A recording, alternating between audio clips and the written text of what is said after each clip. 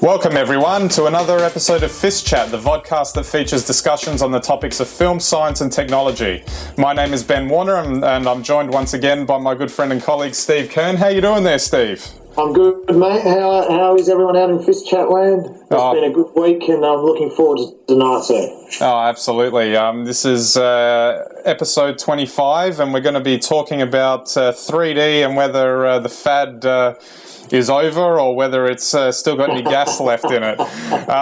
So yeah, don't forget our website www.fistchat.com. That's got all our links to our podcasts, videos, and social media links. So interact with us there. We'd love to hear from you. So let's just rip into it, shall we? I think both of us have fairly strong opinions on 3D, and but just to set the tone of it, I guess.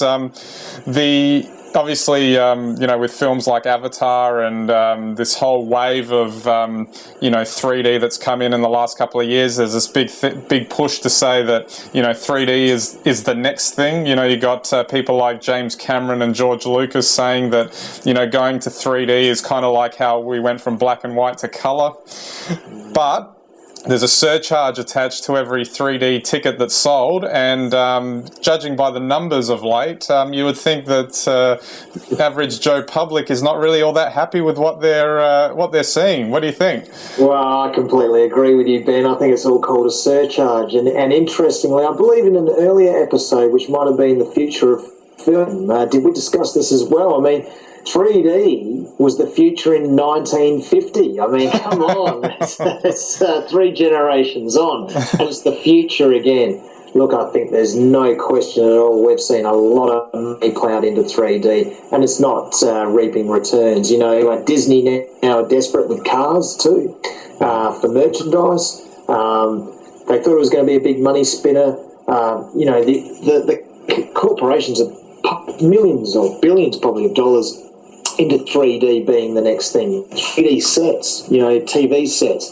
And, now even Sony is just starting to release domestic 3D camcorders. I mean, you wish that the 3D experience was really as good as they've been pretending for the last 60 years. It's old. It never took off because it was never good enough.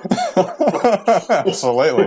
But I mean, the thing that is amazing really is that if they actually made good films from them, they might have a shot at actually, getting this thing to catch on, because I think it's just a psychological thing. If you're being asked to pay an extra couple of bucks to watch a film in 3D, there's this expectation, rightly so, that you're getting something better than what the normal film experience is. Now, Avatar, even though, regardless of what you think about the film, I think most people viewed that as a good 3D experience of what the medium was capable of. But the fact is that every filmmaker is not James Cameron. They're not aware. He spent 4 years, perfecting the thing so that it could be presented that way. Whereas now you're getting like films that are just given like conversions after the fact, to cash in on the ticket price, and they're no good. I mean, I remember the last film I went to see, and apart from the fact that I could have easily have seen it in 2D, there were a lot of really dark shots, which is a problem in 3D. And I remember in a lot of those dark sequences, I took off the glasses at in those points, and I was just wanting to see what the natural picture looked like. And I recognised that if I was watching it in 2D, it would have been perfectly fine. So, absolutely. I mean, one thing that's kind of interesting in all that is it is about content. If anyone out there does get a chance to see Flesh for Frankenstein 3D, I believe it's a Polanski film, not too bad, coming at you. Can't remember who directed that, not bad at all. But, at least they had a little bit of cheese in them. Today there's this expectation that we should be grateful for these 3D films. As you say, Ben, if the scripts aren't up to it, if you don't put in the effort, what have we got to be grateful for? Another crap film.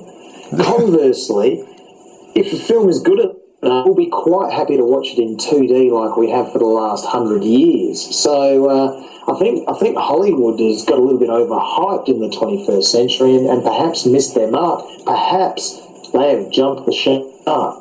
No, possibly. And if there's any sort of indication of that, apart from the general reports that it seems like people are choosing to watch films in 2D rather than 3D when offered. But here's an interesting thing that I came across not too long ago. George Lucas himself, who is very good at re-releasing Star Wars over and over and over again, made a big splash by saying he was converting all 6 films into 3D and he was going to release 1 per year, starting with the prequels, because that's the chronological order that they were that the story's told in. Now that was definite; it was going to happen. All 6 films. Now, word is just reading this report here. Rick McCallum, his producers, come out and said 1 a year if they work. If they don't, then there'll just be 1. Now, and the articles actually sarcastically said at the end, so the only guaranteed converted film right now is The Phantom Menace, which probably will give you more reason to probably not go and watch it. Exactly, but I mean, as we always say here, Hollywood is a business, and it's a big business. It's a huge business. You wouldn't think that there'd be enough market penetration in 3Ds and people wanting to get their Blu-ray 3D player and getting all the kit. In the cinema, IMAX provides a great experience. That's not 3D, although they're 3D films. As you said, and we've said already, the quality of the film is really important. But on top of that as well, I think people now can get other fantastic reality experiences. And if you just look at the gaming now and things like the Xbox Kinetic, where 3D wouldn't improve that. Not having a controller, you being the person moving and creating the action, is 3D enough. And I kind of think that, perhaps that's where 3D's kind of missed the boat. Yeah. I mean, if you really want to see sports in 3D, well, you'd probably go and watch it live, wouldn't you? I mean, you don't really want to be wearing glasses and goggle-eyed at the pub trying to drink a beer and watch the game. Absolutely. I mean, I think that's a big thing with 3D in the living room on your TV is that. What's the point? You got to wear the glasses, and even if they did come up with some way where you didn't need the glasses, I mean, it's still not really going to have that much of an impact. So, and it's like that with film. It's not going to change the experience. And maybe what they need, well, at least maybe in the film world, maybe they just need to make them the same cost as going to a normal film. I mean, maybe if they did that, then maybe more people would go, or maybe they just wouldn't care about going to watch it. Well, yeah, I mean, that's what I was going to say, Ben. I mean, if they made them the same price, then, I think there's certain circumstances where I'd probably still go and see the 2D anyway. I mean, part of the reason there's an extra cost on 3D tickets and the push to 3D now is to make that extra amount of money, and they need to make that extra amount of money because Hollywood has just, their budgets have got to a point now where, an extra 20% or 25% on a ticket price, will make the difference between a box office success and failure. And if they've gone that far, as you say, well, maybe they just should get back to statistics and start producing decent movies. 3D is not going to save a crappy film, but I think, you don't need to be an expert to know that. And if the film's crappy, then the less people go to watch it, and it doesn't matter if there's a surcharge because if nobody goes to watch it, then they're not going to make any money anyway. Absolutely. But it's fascinating. I mean, I guess it's a nice attempt to draw blood from the stone. I guess to get more money and more revenue out of the films that they're making because it's, as you say, a very expensive exercise. But I know that. Unless every film is made, it seems like James Cameron has to make every 3D film. Otherwise, it's not worth the effort. On current records, you're right. And again, 3D TV. Where's that going to go? I mean, Is there much point in any of that? And maybe the only sort of advantage I've seen is that it's actually accelerated theatre owners to change their cinemas to digital. Ironically, there was all that talk years ago about how all cinemas would be digital one day, but it seems like it's only been this 3D push that's actually been, I guess, forcing that momentum, because 3D films have to be broadcast digitally. That's right, and once again, that costs a lot of money. There's a lot of changes happening in the Hollywood studio film industry, and I think these are part of them. And I mean, we've heard people, say and quoted as saying that the Hollywood model is not sustainable. And on a serious note, if this doesn't come off, this will really hurt Hollywood.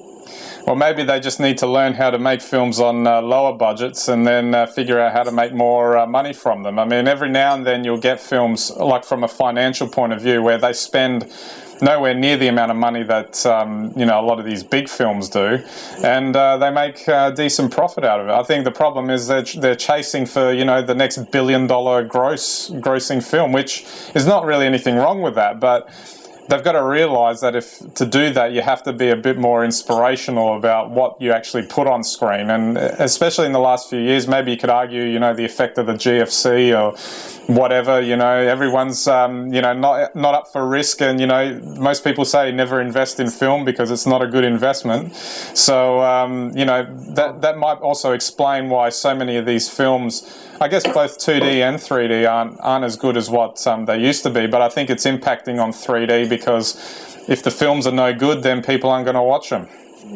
Well, you see, I can see 3D actually, probably having an impact somewhere down the track, getting back to the gaming again, when, maybe we're wearing headsets. And if they ever do bring out the sort of alternate reality, choose your own adventure film, which is more like a game than a film. If they ever merge, really good script writing with excellent sort of gameplay, then potentially you have, a hybrid between a film and a game. And in that instance, then I guess 3D would really be the future. But outside of gaming, and even mostly within just the gaming we have today, I don't really see a role of 3D improving a film. If you get back to films like Flesh for Frankenstein and Coming at You, what was great about those films, and probably the whole raft of 1950s Hollywood 3D films, was they hammed up the 3D effects, the punches and the arrows and all those things coming out of the screen at you. And that's where James Cameron was groundbreaking with Avatar, because he didn't use any of that. He created the whole 3D immersive, environment. But unless you're going to put in as much effort as him, or go to the other end of the scale and just make it clean, good fun, then I can't see it getting anywhere. And I think, most importantly on that as well, is that you probably require, some good teen comedies in 3D. I could see a lot of jokes that would work there. Yeah, absolutely. Okay, just just finishing up. What do you think? Do you think it's all a fad that's about to peter out again, and maybe in 50 years' time they'll try again? Yes, I do. I think it's it just comes down to good films. If Hollywood made all of their films better, then 3D would work, but then it would work 2D as well. I say scrap the glass. Let's all enjoy our 2D films. Absolutely, and I second that to the nth degree. So hopefully we'll end up there. So thanks again, Steve, for the chat. Always interesting. I guess we'll. I was just thinking then, imagine us in 3D while we're broadcast on YouTube. But maybe we don't need to add that level of production value. From what I hear, most people are just happy with the MP3. And as they should. Cool. Okay. So that wraps up another episode. So we're going to be back next week. So have a good week, and we'll catch you then.